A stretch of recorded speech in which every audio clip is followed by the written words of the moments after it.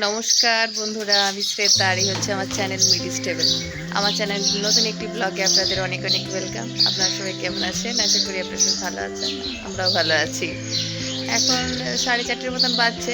আমরা যাচ্ছি পাহাড়পুর, মাছ ধরা হবে। তো চলুন আমাদের সাথে পাহাড়পুর। ভাই বেরিয়ে পড়েছে, আর দেরি করছি না, চলুন। এই সকালবেলা এই যে বাবার মাথায় জল ঢালবে বলে মানুষজন আসছে, খালি পায়ে হেঁটে আসছে। তো সকালবেলা না, এখন ভোরবেলা, আর গেটটাও দেখুন পড়ে গেছে। আর এই যে ট্রেন যাচ্ছে হাওড়ার দিকে, 10 মিনিট আমরা এখানে দাঁড়িয়ে আছি, মনে হচ্ছে কখন গিয়ে পৌঁছাবো। সেই ছোটোবেলায় মাছ ধরা দেখেছি, আজ অনেক কাল হলো মাছ ধরাটা দেখা হয়নি। তো দেখার খুব ইচ্ছে ছিল, কিন্তু মনে হচ্ছে না দেখতে পাবো বলে। 4:30 বেরিয়েও এই পাহাড়পুর পৌঁছে গেছি, মনে হচ্ছে না দেখতে পাবো।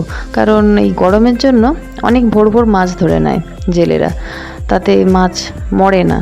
এই বেলাতে মাছ ধরলে গরমের জন্য মাছ মরে যায়, তাই খুব সাবধানে ভোরবেলার ঠান্ডায় ঠান্ডায় মাছ ধরতে হয়। পাহাড়পুর পৌঁছে গেছি, এই যে গলিতে ঢুকে গেছি। ভাই এখানে বাইকটা রাখবে, রেখে তারপরে যাব। এটা অনেক পুরনো একটা মাটির বাড়ি, দেখুন এখনও কত ভালো আছে। তো এই হচ্ছে পুকুর। এই ঘাটে আমরা ছোটোবেলায় কত চান করেছি, এই পুকুরের জলে কত লাফালাফি করেছি, গল্প করেছি, হাওয়া খেয়েছি। এখনও ঠিক সেই রকমই আছে পাহাড়পুর কিন্তু বদলায়নি, সেই আগের মতনই আছে। দেখুন মনে হচ্ছে মাছ ধরা হয়ে গেছে, জলে আর কেউ নেই, জেলেরা উঠে পড়েছে। তো বেশ নিরাশ হলাম। তা যাই দেখি মাছটা কোথায় আছে, ভাগের মাছ। আর দেখুন এই তিল গাছ রেখেছে, এই তিল গাছের উপর দিয়ে আমরা হেঁটে হেঁটে যাচ্ছি। এই তিলগুলো এখানে পড়লে এইগুলোকে আবার যাদের তিল তারা তিলগুলো কালেক্ট করে রাখবে। তা আমরা ফিরে পড়েছি খুব নিরাশ হয়ে। এবার হাওড়ার দিক থেকে তারকেশ্বরের দিকে ট্রেন ঢুকছে, আবার গেট পড়ে গেছে, আবার সেই 5-10 মিনিট এখানে আটকে গেলাম। তো মাছ বেশি পাওয়া যায়নি, 500-র মতন মাছ পাওয়া গেছে। মা বলছে ওরকম 500-র মতন মাছ পেলে যাওয়ার দরকার ছিল না। মা নানাই মাছ কাটছে, তুই মাছ কাটতে পারিস? দেখ নানাই কিভাবে মাছ কাটছে, দেখ। তুই মাছ কাটতে পারিস না? হ্যাঁ,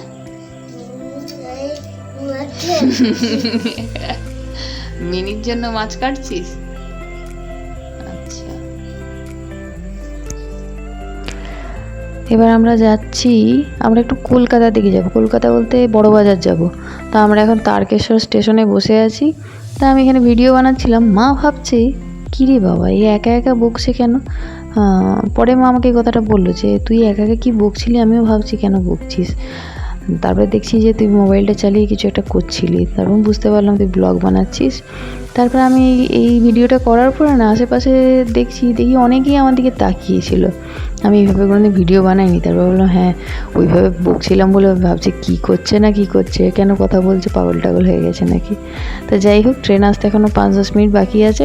আমরা একটু ঠান্ডায় ছাওয়াতে বসেছিলাম। সকালবেলাটা তো এখন ভালোই আছে, দুপুরটা কেমন হয় কে জানে।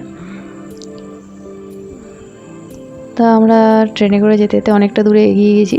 আমরা শ্রীরামপুর ঢুকছি। তো এখানে ট্রেনে কম্পিটিশান হচ্ছে, দেখুন ওপাশে ট্রেনটা আর আমরা দুজনে মিলে রেস লাগাচ্ছি। আর আমরা মনে হচ্ছে ফার্স্ট হয়ে যাবো, দেখুন ফার্স্ট হতে পারি কি না। এইখানটাতে এইটা নিয়ে আমরা লেডিস কম্পার্টমেন্টে উঠেছিলাম, তো তাই আমরা খুব এনজয় করছিলাম। সব মহিলারা আমরা এইসব গল্প করছিলাম যে এখানে ট্রেনে খুব রেসারেসি চলে। আর এই দেখুন আমরা ফার্স্ট হয়ে গেছি, আর হাওড়াও পৌঁছে গেছি দেখুন।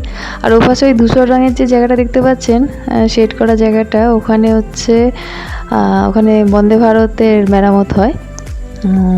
বন্দে ভারত এখন জানেন একটা চর্চিত বিষয়, চর্চিত ট্রেন। তার একটুখানি হলেই এবার আমরা হাওড়াতে আমরা হাওড়াতে নেমে ওখান থেকে হেঁটে হেঁটে হাওড়া ব্রিজটা পার হব, দিয়ে বড়বাজার যাব হেঁটে হেঁটে।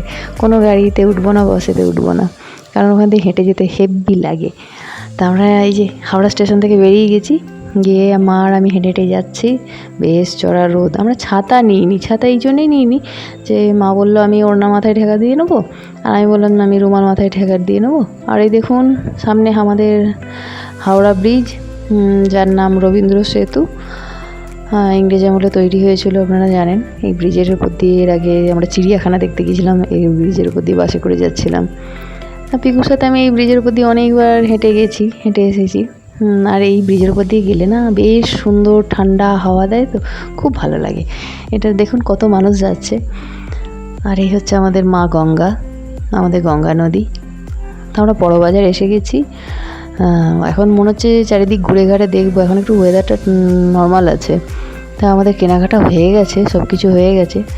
আর এখন আর কোথাও যাওয়ার ইচ্ছা নেই, প্রচণ্ড গরম, মারাত্মক গরম লাগছে। তো ওখান থেকে বেরিয়েই মাকে বললাম সোজা চলো বাসে উঠে পড়ি, চলে যাই ঘর, এখানে আর কোথাও থাকা যাচ্ছে না। তো বাস যাচ্ছে হাওড়া ব্রিজের ওপর দিয়ে। মায়ের বাগানে একটু এলাম, বাড়ি ফিরে যখন এলাম তখন চলো তোমার বাগানটা দেখা হয়নি, বাগানটা একটু দেখি। একটা দুটো আম ধরেছে, কাঁঠাল ধরেছে একটা ছোট্ট গাছে, দেখুন 4টে বিশাল বিশাল কাঁঠাল হয়েছে, পাকেনি এগুলো, বেশ ভালো লাগছে তো। আর এই যে কলার কাঁদি, মায়ের বাগানে সবসময় কলার কাঁদি থাকেই থাকে।